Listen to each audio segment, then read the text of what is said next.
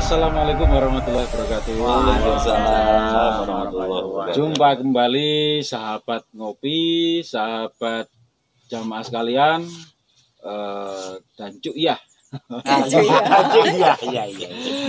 Ya, kita ketemu saat ini dengan topik yang berbeda, yang seperti yang kemarin-kemarin.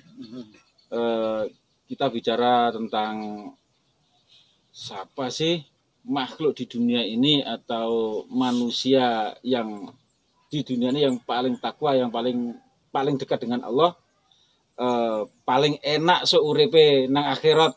Wah, paling enak nang akhirat ya nang dunyane juga enak. Iya. Nah, gitu.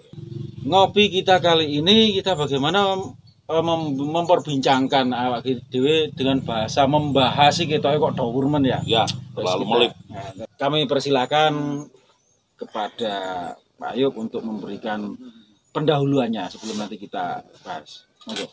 Paling enak ngopi dulu. Oke. Monggo. Nggih, lho. Ngopi, Mbak? Iya lah. Ini lagi. Tinggi. Ini loh. Nah, Anak-anak.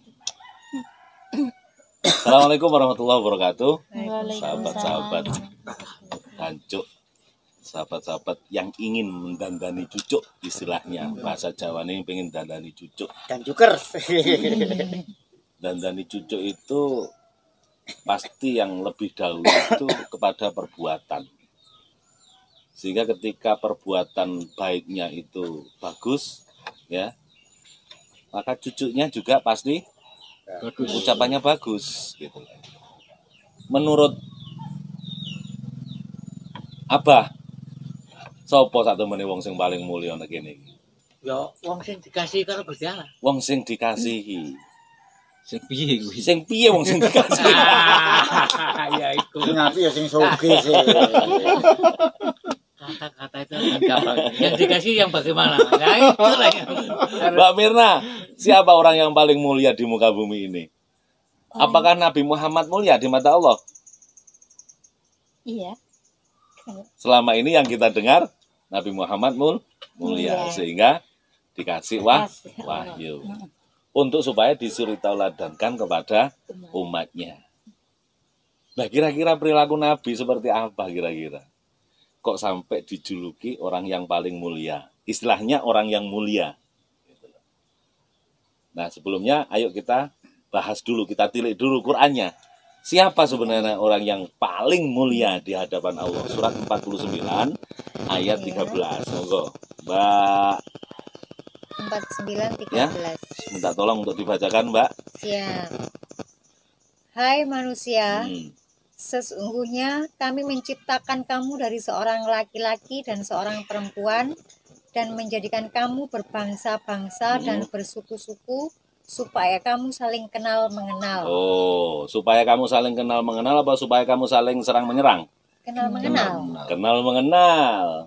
Terus? Sesungguhnya orang yang paling mulia di antara kamu di sisi Allah ialah orang yang paling takwa di antara kamu. Jadi siapa orang yang paling mulia di sisi Allah?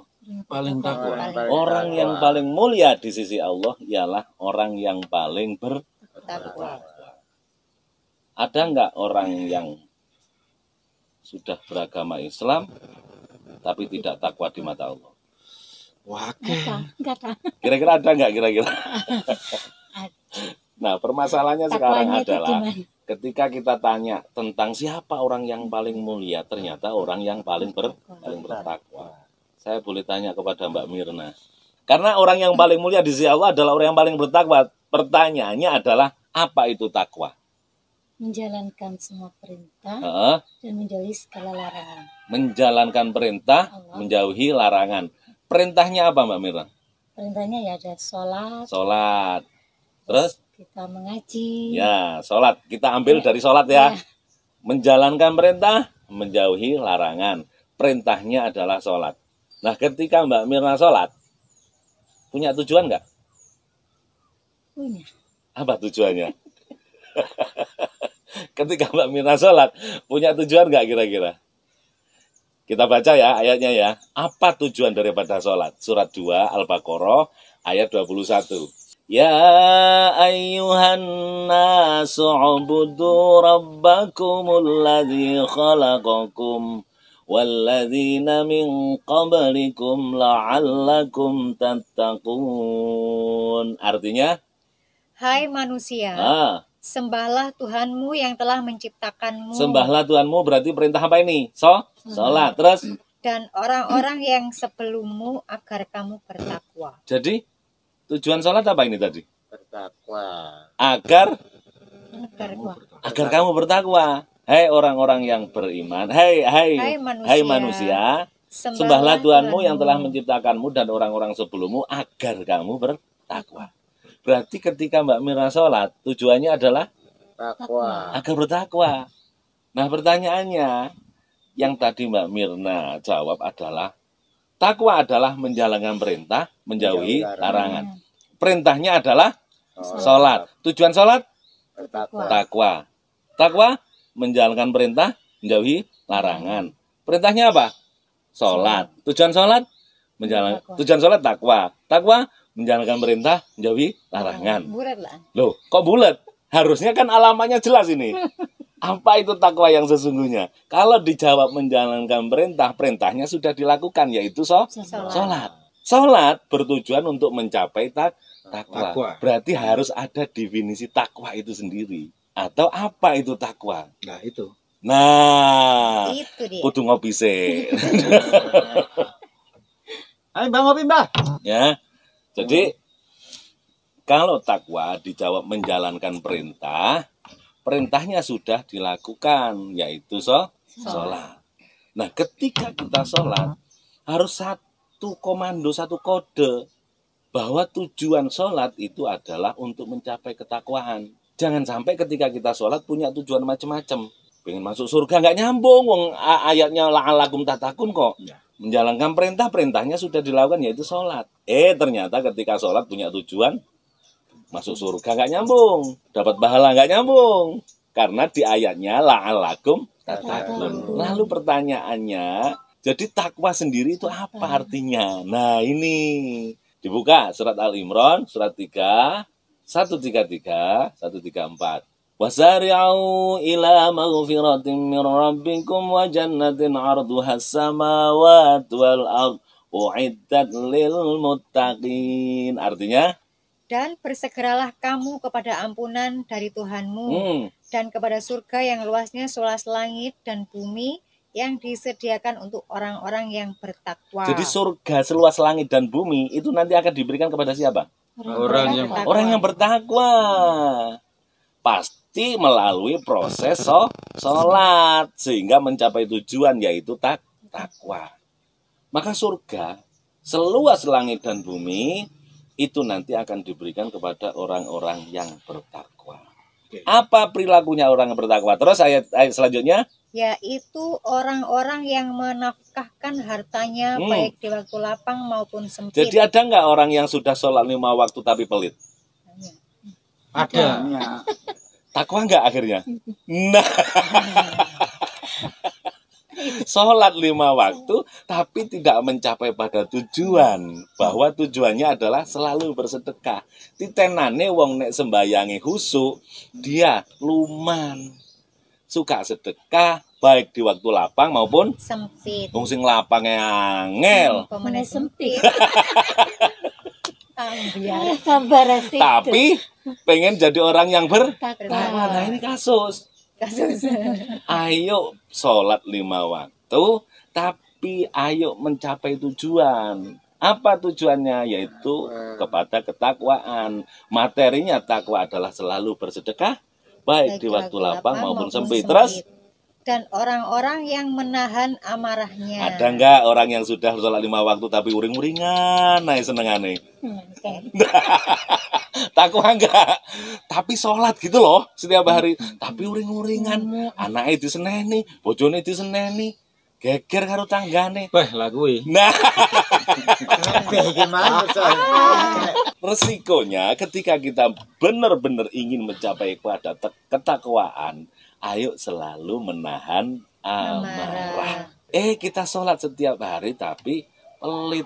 sholat setiap hari tapi masih suka marah sama orang. Kayak disenggol koncone saidik muring-muring, didek tonggone saidik muring-muring. Tapi sholat gitu loh. Nyampe takwa gitu nggak kira-kira? Nggak nyampe. Terus? Dan memaafkan kesalahan orang. Loh, ada nggak orang yang sudah sholat 5 waktu tapi musuhan karo morotuane? Ada nggak sehingga nggak mau memaafkan kesalahan orang? Musuh-musuhan, bercerai-berai antar keluarga. Kok antar keluarga, antar tetangga kadang juga nggak saling memaafkan. Yang lebih parah lagi, mohon maaf, sampai nate krungu nggak sampai enak wong ngomong muni ngene. Oh, sampai mati gak tak sepuro kon. Banyak. Pernah nggak dengar gitu? Pernah. Itu sama halnya dirinya sendiri disetorkan ke neraka karena nggak mau memaafkan kesalahan orang. Mosok Allah Maha Pemaaf, awake dhewe ciptaane Allah kok bukan pemaaf. Nyelentang nggak karo teko pangerane? Nyelentang. Tapi sholat gitu loh. Sholat tapi kurang ngopi. Dia sholat tapi nggak pernah ngopi. Artinya nggak pernah ngolah pikir gitu loh. Sehingga ketika dia sholat hanya sekedar apa sih jenenge ngono ke bahasane ngugurno kewajiban tok. Rutinitas. Berarti gini Pak Yu. Iya. Itu wong sing orang yang rajin sholat, ya rajin 5 waktu dan tambah sunnah yang lain, terus dia masih apa namanya semacam itu, terus dia juga rajin sodako, tapi tukar padu dengan tonggone, itu berarti kategori dalam fi'il amarnya dancuk ya. Dancuk, kok dandani cucu. Dancuk kan gitu akhirnya. Dandan ono. Dandan ono cucu. Karena masih suka marah. Di situ loh. Nah, yang selanjutnya, Dan Allah menyukai orang-orang yang berbuat kebajikan. orang yang suka berbuat baik alias tidak egois. Ada nggak orang yang sudah sholat 5 waktu tapi egois? Oh, Sing dipikir banyak. ngomong awake dhewe, gak ngurusi wong liyan. Banyak. Enek tonggone butuh kendaraan nanti gawe berobat. Kendaraan itu tuku dhewe kono lho. Egois, tidak suka berbuat kebaikan. Ya, Makanya, ya. pintu agar supaya kita menjadi orang yang paling mulia di sisi Allah, jangan sampai lepas sholat 5 waktunya. Tapi ingat, jangan hanya ini jadi hasil akhir. Ada hasil akhir yaitu menuju kepada ketakwaan. Jadi sholate karo perilaku nih nyambung. Pernah gak sampean krungu? Iku sholat tapi kok mau medit. Pernah denger gitu nggak? Iki bahasane wong kampung kan istilahnya ngono. Nah, dari bahasa seperti ini menunjukkan bahwa dia sholat tapi tidak bisa diterima oleh masyarakat. Coba kalau jenengan sholat 5 waktu aktif tapi juga suka sedekah, suka nana marah, welcome semuanya enggak? Dilalah sampean pindah nang Bali. Yang di sana notabene kebanyakan tidak beragama Islam. Tapi ketika jenengan suka sedekah, suka nahan amarah, maafin kesalahan orang, berbuat baik sama orang Bali, diterima nggak? Diterima dengan welcome juga. Jenengan pindah ke Amerika, yang di sana kebanyakan orang Kristen di luar agama Islam katakanlah. Sampean selalu sedekah, nahan amarah, maafin kesalahan, berbuat baik, diterima nggak? Diterima. Itulah ajaran Allah gitu loh, sehingga diterima oleh semua manusia. Dilalah sampean Pakde nang Amerika moro-moro kon nek gak salat neraka kon, kira-kira sampean iso mulih gak mari ngono? Gepui wong. Ayo kita menjalankan sholat, tapi jangan dilupakan hasil akhirnya apa, agar supaya diterima oleh masyarakat dan diterima oleh Allah. Apa? Yaitu selalu sedekah, dan amarah, maafin kesalahan orang, dan berbuat kebaikan. Oke, itu tadi kan dari apa namanya definisi takwa, terus apa lelakune takwa kan semacam itu. Lah, sekarang gini, kita harus ngerti bahwa takwa itu koyok ngono wae. Ya. Seperti itulah takwa. Ya, jadi kudu nglakoni A B C. Terus biar kita enteng, gitu. Di hati itu kita merasa enteng, ringan menjalankan takwa. Itu caranya bagaimana atau kuncinya gimana? Nah, ketika kita menginginkan kemudahan kan, agar supaya kan tinggal balik sebenarnya. Kebiasaan-kebiasaan itu kan harus tinggal balik. Artinya tinggal balik bagaimana? Allah itu kan sukanya berproses. Ketika hari ini sampean suka marah, begitu tahu Quran langsung jegrek, kira-kira langsung berhenti untuk marah. Dilalah diketemukan dengan kejadian yang sampean bikin marah. Kira-kira di sini ngetem nggak? Tapi nggak boleh marah. Susah nggak akhirnya? Susah untuk ngerem marah kan? Lagi ngilangi yuk. Nah, hilang terus biar takwa kan itu. Nah, ayo dihilangi sedikit demi sedikit. Istilahnya itu kita apa ya? Kalau bahasa tingginya itu ayo tobat. Tobat itu dalam arti begini, surat 2 Al-Baqarah ayat 160. Kecuali mereka yang telah taubat dan mengadakan perbaikan. Mengadakan perbaikan. Berarti kalau mengadakan perbaikan itu butuh proses nggak? Butuh proses. Yang kemarin suka berprasangka buruk kepada orang dihilangi pelan-pelan. Mengadakan perbaikan terus? Dan menerangkan kebenaran. Nah, menerangkan kebenaran ini yang sulit. Bahwa ketika mohon maaf ya, Mas Gangsar bermasalah dengan istri. Ketika itu Mas Gangsar berkeyakinan bahwa apa yang saya perbuat ini benar. Ternyata begitu dikorelasikan dengan Al-Quran. Ya Allah, akeh sing salah tiba ya aku dino iki. Akhirnya, apa-apa yang pernah sampean lakukan kepada istri, ada penyesalan nggak? Ya. Nah, ketika penyesalan, berani nggak Mas Gangsar menerangkan kebenaran? Istilahnya, ya Allah dek, ternyata dulu yang saya lakukan ini salah. Aku mohon maaf, ini salahku kesemuanya. Kuwi umumnya nu mabuk. Nah, Dipendem dhewe ya kan? Artinya di situ mau menerangkan kebenaran. Yang benar seperti ini dek ternyata. Ya, itu umum. Jadi umumnya itu memang berat banget. Karena apa ya? Emosional atau nafsu, bahasa agamanya nafsu itu masih menyelimuti. Nah, emosionalnya ego lah itu yang bahaya. Belum turun. Karena apa? Merasa diri paling benar. Surat 45 ayat 23. Merasa diri paling benar. Artinya apa? Di situ dirinya loh dijadikan Tuhan. Sehingga nggak mau dikoreksi oleh orang lain. Ini bahaya. Karena apa? Karena berdasarkan ilmu yang dia punyai. Ini bahaya.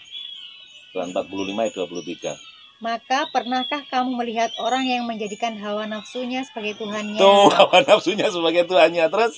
Dan Allah membiarkannya berdasarkan ilmunya. Nah, terus? Dan Allah telah mengunci mati pendengaran dan hatinya. Nah, ini jangan sampai terkunci oleh Allah. Ayo segera dibuka. Pintu maaf, pintu apa yang kesalahan-kesalahan kemarin segera kita buka agar supaya tidak ditutup oleh Allah. Dikunci agar supaya nggak dikunci. Terus? Dan meletakkan tutupan atas penglihatannya. Wes gak gelem ngrungokno sapa-sapa, aja sampai gitu loh. Terus? Maka siapakah yang akan memberinya petunjuk sesudah Allah membiarkannya sesat? Lah ini, jangan sampai terjadi. Kata lain, mungkin gini ya. Iya. Apakah bisa kata lainnya gini? Dia menuhankan nafsu. Dalam artian kan syirik kofi ya. Ya. Menuhankan nafsu, terus apa namanya? Ego atau apa tadi? Egosentrisnya tinggi. Nafsunya berarti kan belum bisa dikendalikan. Ya.